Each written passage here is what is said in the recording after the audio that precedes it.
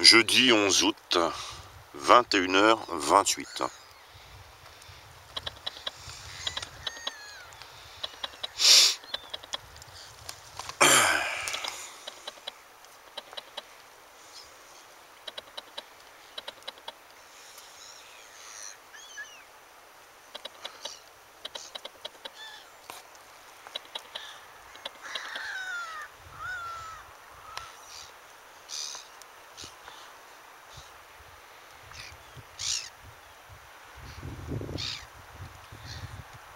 La visibilité se réduit.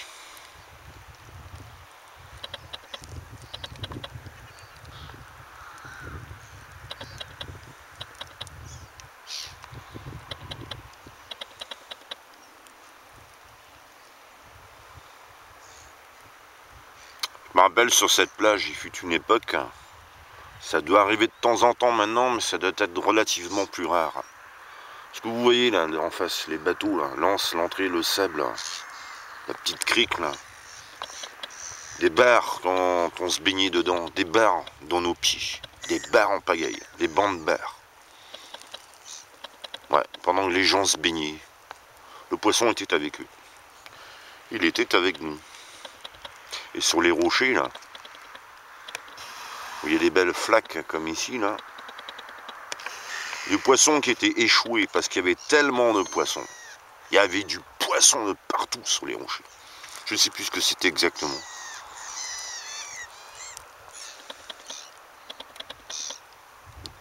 Ouais, on peut dire que c'était la belle époque. Ce temps-là est en train de se terminer. Il y aura de moins en moins de poissons. Les grosses espèces sont en train de disparaître. C'est la mort annoncée, c'est garanti, c'est sûr. Ça va se réaliser. Dans même pas 30 ans, il n'y aura plus de grandes espèces. Quand on aura tout tiré les réserves de l'océan, c'est là que l'être humain va avoir de gros problèmes.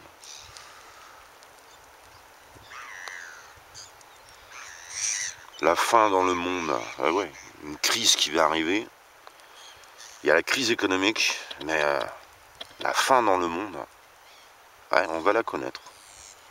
Les gens n'y pensent pas, mais on va la connaître. Avant 20 ans, que je dirais. C'est les pays pauvres qui vont souffrir le plus.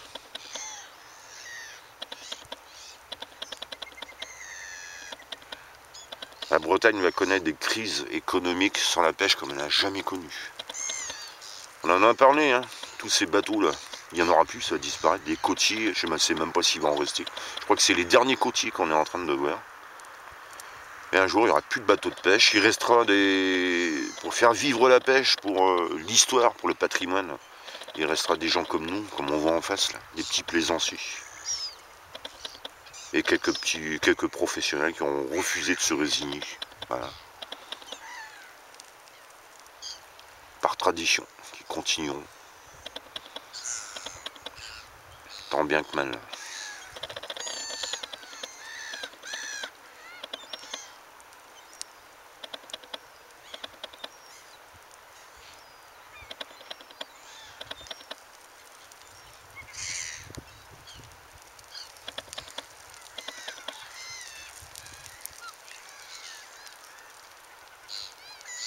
Vous l'entendez, ce calme?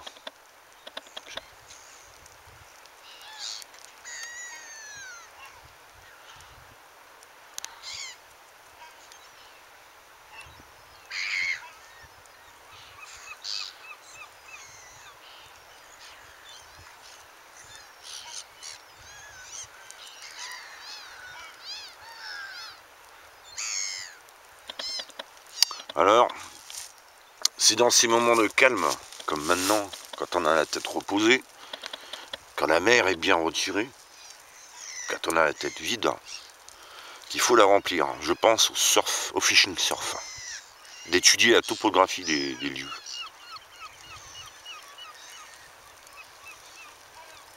Par exemple, quelqu'un qui connaît cet endroit saura où pêcher avec un flotteur, avec un plomb, un marée haute. Puisque s'il jette ça en face, dans l'anse, pas de problème. S'il jette sur les rochers, il va accrocher. Ça, c'est sûr.